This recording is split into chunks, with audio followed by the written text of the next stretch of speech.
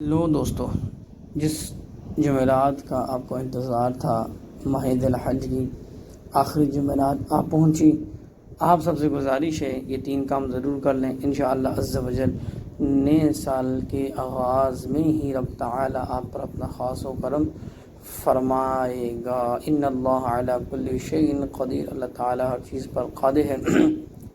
یقیناً مسلمان الجھنوں میں پڑ گیا ہے، مسلمان پریشان ہے، اور اس پریشانی کی وجہ اس کے ہی اپنے معمولات کا جائزہ نہ لینا، یعنی مسلمان کب کب پریشان ہوتا ہے۔ جس طرح حکم ہے نماز کا، حکم ہے قرآن کی تلاوت کا، سچ بولنے کا، عبادت کرنے کا، جھوٹ، غیبت، چغلی، منافقت اور وغیرہ وغیرہ سے بچنے کا، اور ایسی صحبت میں نہ بیٹھنے کا کہ جہاں پر یہ سارے معاملات ہوتے ہوں۔ اپنے گھر میں آتے جاتے سلام کرنا، دھیمی آواز میں، چھوٹی آواز میں بات کرنا، کم بولنا، اور کوئی بھی علم والی بات کو توجہ کے ساتھ سننا، اور جاہل کے سامنے علم کی بات نہ کرنا، اس کے سامنے بحث نہ کرنا۔ کوشش کرنا کہ زیادہ سے زیادہ وقت مطالعہ میں گزرے اپنے کام کاج کے بعد۔ الکاسب حبیب اللہ، یعنی جس کے حلال کی تلاش میں جانے والا بھی اللہ عز و جل کی عبادت میں مصروف ہوتا ہے۔ اللہ تعالیٰ نے حکم دیا کہ جب سورج کی پہلی کرن زمین پر پڑتی ہے تو اپنے حلال رزق کے لیے زمین پر پھیل جاؤ، اور جب غروب آفتاب ہو جائے تو لوٹ آؤ۔ تو اسی طریقے سے ہمارے سارے معمولات الٹ ہو گئے ہیں۔ ہمارے سونے کا معمول کیا ہے، جاگنے کا معمول کیا ہے، سب اپنی اپنی کیفیت سے واقف ہیں۔ یعنی نماز فجر ہے، ظہر ہے، عصر ہے، مغرب ہے، عشاء ہے، ہمیں آج نمازوں کی فکر ہی نہیں رہی۔ آج ہماری زبان لڑکڑاتی ہی نہیں کہ ہم الفاظ کیا ادا کر رہے ہیں، آیا سچ بول رہے ہیں کہ جھوٹ بول رہے ہیں، آیا ہم حلال کا لقمہ کھا رہے ہیں یا حرام کا، آیا ہم کسی گناہ میں، سود میں تو شامل نہیں۔ تو یہ ہم اپنے حالات کا جائزہ لیں گے تو ہی بات بنے گی۔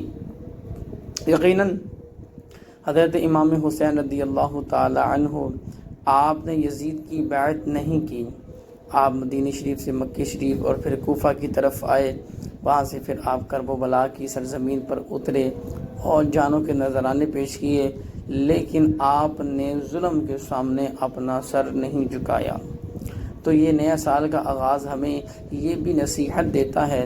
امام علی مقام حضرت امام حسین رضی اللہ تعالی عنہ کے جو صبر کا پیمانہ تھا، آپ کے بھانجے، آپ کے بھتیجے، آپ کے جو صبر کا پیمانہ تھا، آپ کے شہزادوں کا جو صبر کا پیمانہ تھا، آپ کی جو پاک بیبیاں تھیں ان کے صبر کا جو پیمانہ تھا، سب یہی سبق دیتا ہے کہ ہمیں بھی دنیا میں رہتے ہوئے صبر و شکر کے ساتھ زندگی گزار لینی چاہیے۔ تو آئیں قرآن مجید سے ذکر کرتے ہیں رب تعالیٰ کیا فرماتا ہے۔ لن تنالوا البر حتى تنفقوا مما تحبون وما تنفقوا من شيء فإن الله به عليم۔ یہاں پر اللہ عز و جل کی ذات نے حکم دیا کہ میری راہ میں اپنی پیاری چیز خرچ کرو جو تمہیں پسند ہے، تم اگر میرے قریب تر آنا چاہتے ہو، اور جو تم دیتے ہو وہ ہمیں معلوم ہے۔ نیت المؤمن خیر من عمل، مومن کی نیت اس کے عمل سے بہتر ہے۔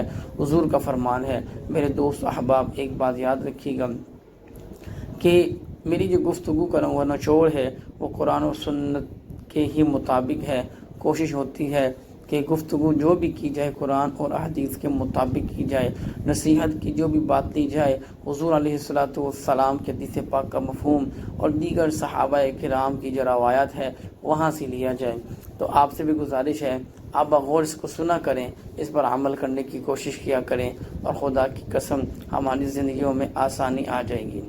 کوشش کیا کریں قبرستان میں جایا کریں، قبرستان میں جانے سے دل نرم ہوتے ہیں، آخرت کی یاد آتی ہے، اور یہ جانا بھی سنت ہے۔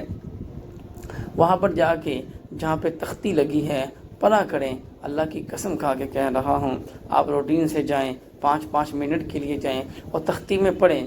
کسی کی 70 سال عمر، کسی کی 65 سال عمر میں وفات، کسی کی 50 سال، کسی 45، کسی کی 30، کسی کی 20، کسی کی 25۔ آپ دیکھیں آخر جانا ہے، موت ہے۔ کل نفس ذائقۃ الموت، ایک دن یہ ذائقہ ہم نے بھی چکھنا ہے، میں بولنے والا، آپ سننے والے، ہم نے بھی یہ موت کا ذائقہ چکھنا ہے، ہم نے بھی حضرت جبرائیل علیہ السلام کی زیارت کرنی ہے، ہم نے بھی قبر میں اتار دیے جانا ہے، ہمارا بھی جنازہ پڑھا جائے گا، ہمیں بھی کفن پہنایا جائے گا، ہمیں بھی کفن پہنانے سے پہلے غسل دیا جائے گا، ہمارے نام کے آگے بھی مرحوم لکھ دیا جائے گا، اور ہمیں جو چاہنے والے جن کے بغیر ہمارا یا ان کے حلق سے پانی نہیں اترتا تھا، وہ اپنے گھروں میں کھانے پی کر سو رہے ہوں گے، لیکن ہم اپنے حساب و کتاب میں قبر میں مبتلا ہوں گے، اب یہ سزا میں مبتلا ہوں گے، یہ جزا کے مبتلا ہوں گے، یہ رب تعالیٰ کے فیصلے ہیں، اللہ جانتا ہے، اور قبر بھی اللہ کے رازوں میں اسے ایک راز ہے، اور کرامن کاتبین آئیں گے اور ان کا کام کیا ہے وہ بخوبی جانتے ہیں، حساب و کتاب کا سلسلہ ہے، اور 2 فرشتوں کو مقرر کر دیا گیا ہے، اور خدا کی قسم کھا کے کہہ رہا ہوں، آج ہمیں پاس وقت ہے، موقع ہے، اگر آج ہم سچی توبہ کی طرف نہیں آتے، استغفار کی طرف نہیں آتے، تو ہمارا کیا بنے گا ہم جانتے ہیں۔ ایک سزا ہے، ایک جزا ہے، ایک جنت ہے، ایک دوزخ ہے، ایک وقت آئے گا ہمیں لحد میں اتار دیا جائے گا۔ سب سے پہلے سچ بولنے کی نیت کر لیں، اور ہمیشہ سچ بولنے کی نیت کر لیں، اس کے بعد نماز پابندی کے ساتھ، فکر کے ساتھ پڑھیں، اور قرآن کی تلاوت روز کریں، تفصیل کے ساتھ ایک آیت پڑھیں، حدیث پڑھیں، کوشش کریں سلام کریں آتے جاتے ہوئے، رب تعالیٰ سے مانگے، انسان سے کیا مانگنا ہے، رب سے مانگے، رب دینے والا ہے، رب نے فیصلہ کیا ہے، رب نے حکم دیا ہے۔ تو آئیں مل کر سب سے پہلے نئے سال کے آغاز میں قرآن مجید کی تلاوت میں ہم سورہ فاتحہ کو 11 مرتبہ پڑھیں گے، سورہ اخلاص کو 11 مرتبہ پڑھیں گے، سورہ کوثر کو 11 مرتبہ پڑھیں گے، انا انزلناہ فی لیلۃ القدر کو 11 مرتبہ پڑھیں گے، اور تمام مرحومین کے ایصال ثواب کے لیے اس عمل کو بھی کریں گے، اور سورہ بقرہ کی آخری رکوع کی بھی تلاوت کریں گے انشاءاللہ عز و جل۔ بسم اللہ الرحمن الرحیم کو 72 مرتبہ یا 30 مرتبہ یا 130 مرتبہ پڑھیں گے انشاءاللہ۔ اس کے عمل سے اللہ تعالی ہم سب کے رزق حلال میں برکت فرمانے والا قادر ہے، بے شک وہ قادر مطلق ہے۔ آپ سب سے گزارش ہے جتنی بھی گفتگو کی گئی اس پر مجھے اور آپ کو اللہ تعالی عمل کی توفیق عطا فرمائے۔ لائک شیئر سبسکرائب کریں، جہاں رہیں خوش رہیں، آباد رہیں، اپنے والدین کے ساتھ حسن سلوک کریں۔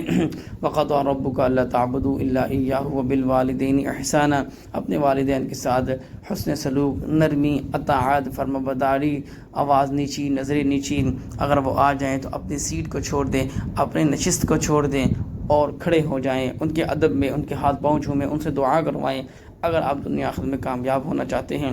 اور خدا کی قسم کھا کے کہہ رہا ہوں، جس نے اپنے ماں باپ کی فرما برداری کی وہ دنیا میں بھی فلاح پا گیا، آخرت میں بھی فلاح پا گیا۔ وما علینا الا البلاغ المبین۔